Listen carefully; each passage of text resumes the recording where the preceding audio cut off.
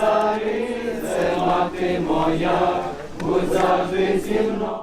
and welcome to my channel, The Ring of Roses, and this is my first offering out into the world, soon to be broadcast, and what you're about to see is footage that I filmed on a trip over to Bosnia and Herzegovina last year. I had no plans, I had no intention of doing anything like this. It was a trip that I just knew I needed to record the footage of for a future project, and here it is. My continued studies since my ordination in 2022 led me down the path of studying Marion apparitions, and this town, Medjugorje, kept popping up, and I wondered if I would ever get to go. And then I saw this video, and I was not long after booking my flights. Why do we celebrate August 5th? For whatever reason would you pick August 5th? Bosnian War. The war started and lasted for 5 years. Nancy and I are in the war zone, delivering food for 3 years.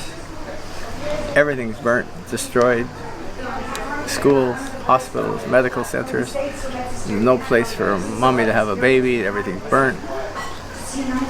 Then the bombing is non-stop. We're in the war zone and it's quiet. It's quiet. You're doing a mass. Yes. Why? What happened? Why is it quiet? The communist army, fully armed, put the guns down and ran out of the country. And their commander said, "What? Who gave you the permission to retreat?" "Nobody. We're going back." "No, we're never going back. You're ordered to go back." "Never. We'll never go back." Well, they were terrified. And then Our Lady said, "August 5th is my birthday." Nobody knew that. No one knew that. Who? How? August 5th. No, September 8th. No, that's how the church celebrates it. And be obedient to the church. I am born on August 5th. On August 5th, the biggest miracle ever happened in this country was on Our Lady's birthday. The enemy left and never fired another shot. My name is Grace. I hold the title of Reverend. I am a One Spirit interfaith minister. That doesn't mean I can't decide or I'm hedging my bets. For me, it's because my beliefs don't fit into any of the prescribed boxes. I think that's probably the case for lots of people. I was called definitely to go on that ministry course, and in my path of studying there for 2 years, I learned so much more about the numerous similarities and as well as the differences between all the different faiths and religions and practices, and all the differences for me are there to be cherished and learnt from, I suppose, ultimately. Really interesting stuff. I think it is, that I hope you find interesting, and I'd like to share with you over the course of the years of the videos. From my personal experience, there is definitely something other operating in our lives and in our world, and that interests me greatly, and it leads me on all kinds of adventures. I think that faith is really important, having a faith in something. We use the word God. God can mean so many different things to different people. That's just a word that we put on something that we don't really have the words to express. If I had to pin my colours to the mast, I think it would be Taoism. Taoism, I don't believe it to be a religion. People say a way of life and philosophy and all that sort of thing. It just is, and we just are. It's certainly not an organised religion, and I think if it was, it wouldn't be Taoism. I'm not a Catholic. I do pray the rosary. I don't pray it in the traditional way. I do sometimes, but over the years of me praying the rosary, it sort of keeps transforming into this slightly different prayer, and those are videos that I will be sharing in the future for those that are interested. I really have a strong devotion to Mother Mary, hence a trip to Medjugorje as well, and this isn't meant to be some guide video. This is literally me taking a visit over there to see what I can find. see what happens. And I really hope that you enjoy all the videos as I put them up of this and other pilgrimages that I've done, and some crazy other videos that just a bit of fun and a bit of nonsense, and also sharing the stuff that I've learned over the last few years. So yeah, here goes. I hope you enjoy it.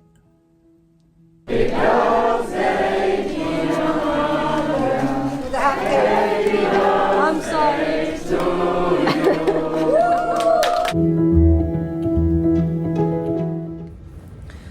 So it's a funny start to pilgrimage because I've come to the airport. The time is 1:30, and you actually find out that you can't get in through the departure bit until 2:30, because that's just how they do it. And so I seen the sign when I came in for prayer room, and I thought, oh, interesting, okay, I'll go to the prayer room, and that's closed. I've never noticed a prayer room. Literally, it's like one of the first signs I saw when I came in the door. And I come around the corner, and there's a group of a young Muslim family, and they're all praying in the corridor, up and down on the floor. It was so lovely. I got my rosary beads out, but I just held them in my hand because it was really lovely to hear them praying. And they've just gone now. There's people wandering about. This is literally like the back end of Luton Airport here. So a pilgrimage journey is not necessarily supposed to be easy. It's supposed to be a bit of a trial. So this is the first part of, well, I suppose the first part of the trial was the few hours driving here, and within that drive it's the roads closed with the diversions. Not a problem, that's fine. I've allowed plenty of time. I'd kind of set myself up for a thing that it's a pilgrimage, so you're expecting some sort of hardships along the way, and you just meet them. With, you know, this is the difference, I suppose, with in day-to-day life. You can meet trials and setbacks, and it has a lot more implications sometimes because you're pushed for time. But yeah, equally, it's already letting go of that day-to-day life before you leave the door, setting yourself up on the mindset that you're on pilgrimage. So now I'm sat on a hard floor at 1:30 in the morning, waiting for an hour to go in, but okay. I thought I cheated by booking a ticket to go into the executive lounge instead of getting accommodation, and that would be some sort of a comfort break, but oh well, I've still got a little while to go before I get on my flight, so I will get to use the lounge.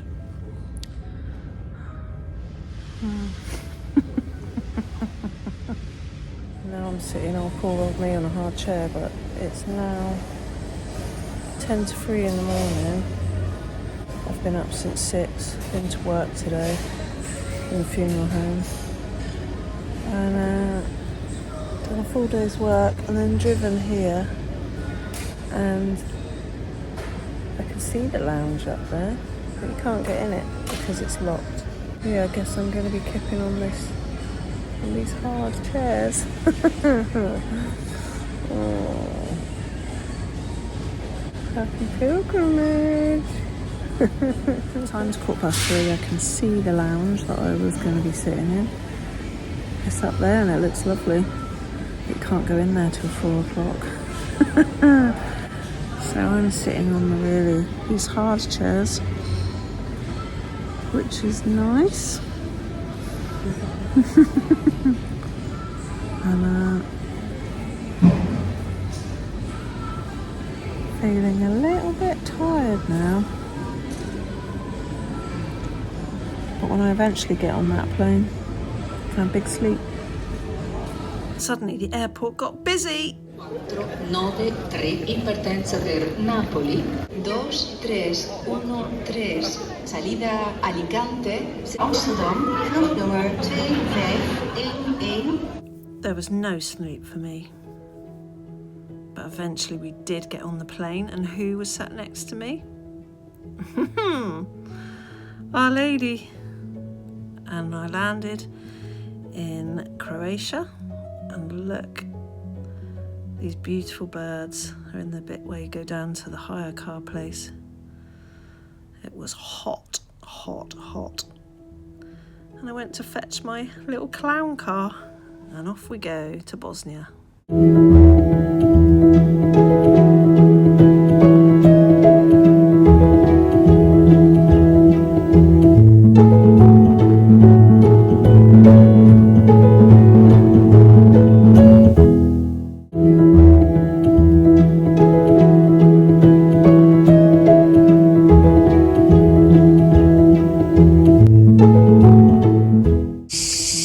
Yep, that noise is like everywhere.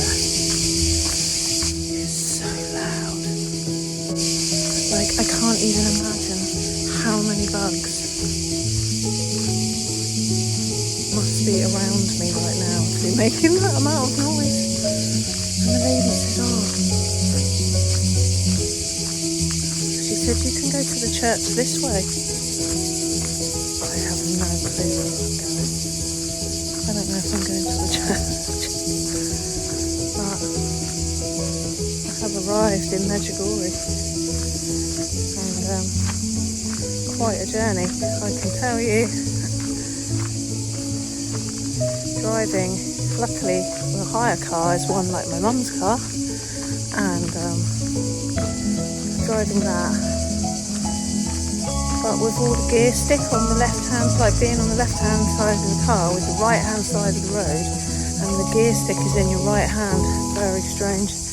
And then having to do tolls, and you have to go through a Croatian border check, and then literally a few metres down then you're stopping again, because the next one is for the Bosnian side. Strange. And going through a toll, and still trying to get used to everything. And then there's like a tanker just doing the sides right in front of me, just the sides. Bang, I'm turning round, and I'm not going this way, I'm going your way, and I'm going to turn around right in front of you. Yikes, that's not what I was expecting. And look at that. There's a swallow or a house martin just here to greet me. Oh, I see the thing.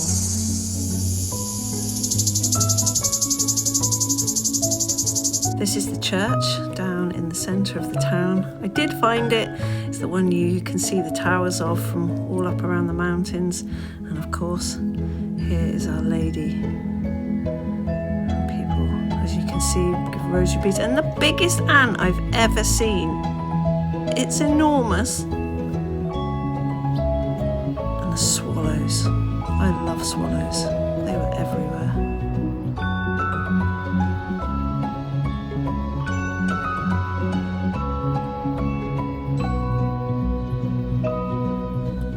I went for a meal in the restaurant down the road.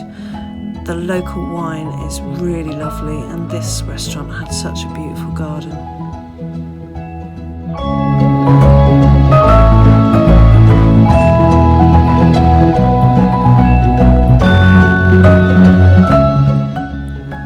I went for a walk back up to the church in the evening, and this is common to see in Medjugorje, people praying together, singing together. Mary's everywhere. Everywhere's all lit up around the church area. It's really bustling in the town. And on this trip I was on a mission to find a Mary statue that I would take home and paint. And there's literally, it's like Magnet City. There's so many little shops. And the families, they sit out on the pavement in the evening times. They literally open all hours. up early the next day and already it's El Scorchio, and I wanted to walk over and have a look at Apparition Hill. So this is where, the first time it happened was 1981. Blessed Virgin Mary appeared to 5 of the local children of varying ages, and some of them still have apparitions today. Yeah, it was quite a hike. Some people do it barefoot, which is quite something. Had a nice lunch, holiday coke, and some. I always write down kind of travel journal thing. Being a funeral director, of course, I end up in a cemetery, see how they do it. And then I ended up wandering into this beautiful garden with this, which is like a park area at the back of the church, the main church, where there are just these amazing mosaics.